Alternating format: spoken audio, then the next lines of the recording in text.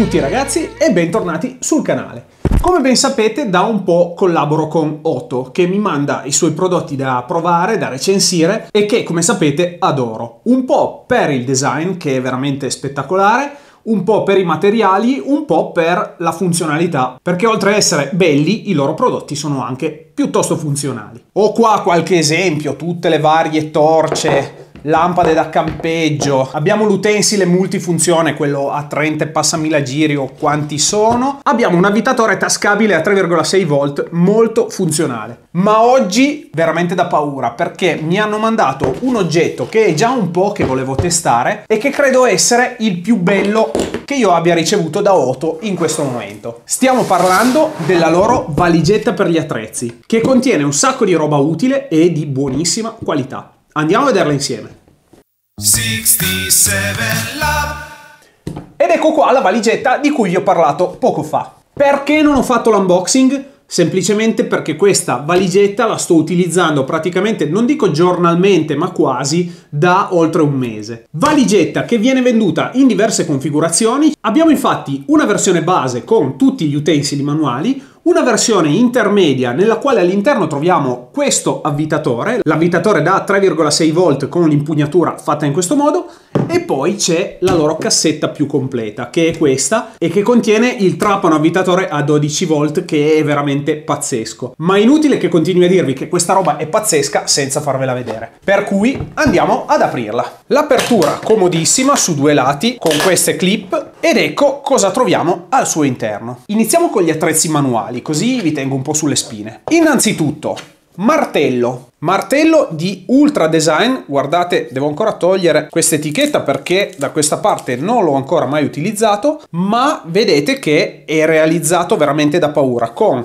tutto il manico gommato e la parte in metallo sagomata in questo modo, con il levachiodi da una parte e ovviamente la parte per battere dall'altra. Nella parte superiore abbiamo quest'incavo che contiene un piccolo magnete che ci serve ad andare a posizionare il nostro chiodo per andare a battere il primo colpo e metterlo in posizione. Insieme al martello viene dato questo gommino che in questo momento vedete essere tutto rovinato, ma devo dirvi la verità, il fatto di essere rovinato non è per l'utilizzo ma per il fatto che l'ha masticato il mio gatto e purtroppo guardate ci sono tutti i segni dei suoi denti, quindi sappiate che è a prova di colpi ma non a prova di gatti.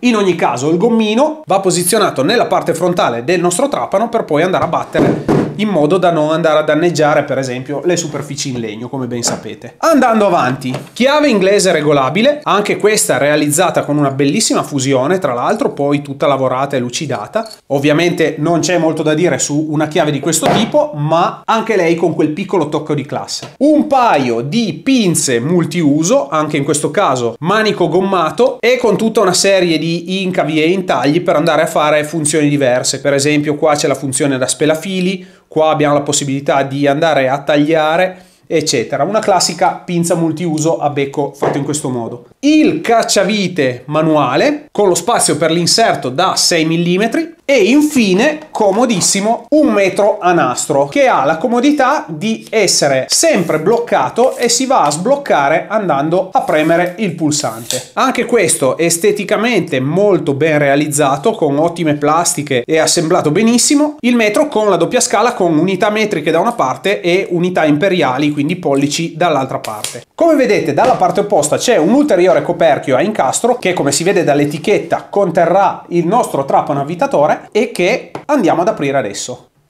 E guardate che meraviglia, al di là della sporcizia, dell'essere impolverato, perché come vi ho detto l'ho già utilizzato, ci ho montato una casetta per gli attrezzi in giardino, ci ho montato l'intera scrivania per i miei bambini, che non è una scrivania Ikea, è una scrivania che ho disegnato io e i cui pezzi me li ha realizzati la mia falegnameria di fiducia, perché io non ho la competenza e soprattutto purtroppo non ho l'attrezzatura né lo spazio per contenerla. Ed ecco qua l'avvitatore, guardate che meraviglia.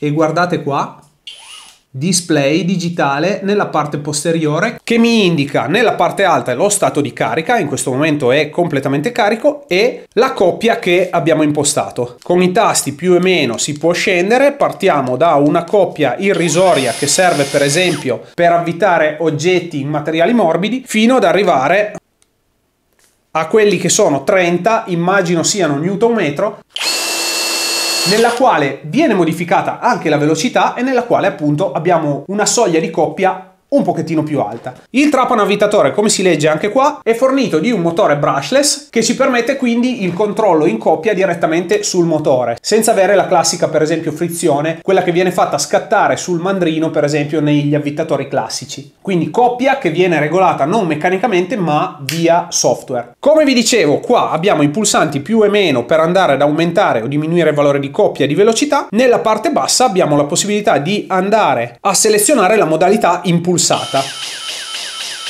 dove sentite che vengono dati degli impulsi consecutivi che servono per esempio ad andare ad avvitare dentro materiali un pochettino più ostici. Oltre al trapano abbiamo una piccola serie di bit da 6 mm, per esempio abbiamo 3 cacciaviti a croce, 3 brugole, una Torx, un cacciavite triangolare, quindi un cacciavite speciale, una brugola triangolare, quindi altra speciale, e un cacciavite piatto. Sicuramente non una selezione esaustiva di inserti, ma che ci dà già la possibilità di andare ad avvitare quasi tutto quello che vogliamo. Inserti che risultano anche essere di buona qualità, in quanto per adesso li ho utilizzati e al di là di un pelino di trattamento superficiale che se n'è andato sulla punta, non hanno praticamente risentito dell'utilizzo e vi assicuro che di viti ne ho già avvitate parecchie. Come vi dicevo, poi abbiamo anche una selezione di punte per il trapano e vedete che abbiamo le punte da legno e le punte da ferro. Non l'ho ancora provato per esempio su un muro, sicuramente non sarà il suo utilizzo principale proprio per il tipo di prodotto.